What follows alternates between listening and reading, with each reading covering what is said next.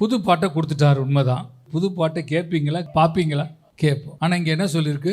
அநேகர் கண்டு. அல்லேலூயா. இதாங்க வேதத்தில் கர்த்தர் கொடுக்குற பாட்டுக்கும் மனுஷன் எழுதுகிற பாட்டுக்கும் மனுஷன் கொடுக்குற பாட்டுக்கும் ஒரு வித்தியாசம். மனுஷன் காதைக்கு இனிமையாக பாடுவான். அல்லேலூயா. இங்கே போகும்போது ரொம்ப அருமையாக அப்படியே பாருங்க.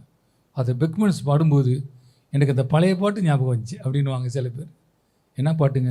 பழைய பாட்டுன்னுவாங்க. ஏன்னு கேட்டிங்கன்னா, அது மனுஷன் பாட்டுனா நமக்கு வேறு பாட்டு ஞாபகம் வரும். ஆனால் கர்த்தர் பாட்டு கொடுத்துட்டாருன்னா அதை பார்த்து, எப்போ பார்த்துன்னா அந்த பாடும்போது, அந்த பாட்டை பாடும்பொழுதே அங்கே சில காரியங்கள் நடக்கும். அல்லேலூயா. அங்கே சொல்லியிருக்க, அதை கண்டு பயந்து நம்புவான். அல்லேலூயா. 3 காரியம் நடக்குது. இதுதான் புது பாடல். புது பாடல் ஒன்றும் இல்லை, துதி தான். நீங்கள் அருமையாக, பாஸ்டர் எனக்கு பாட தெரியாது அப்படின்னு இல்லை. ஆண்டவர் நீ இந்த பிச்சில் பாடினா தான் உன்னை ஏற்றுக்கணும்னு சொல்லியிருக்காரா?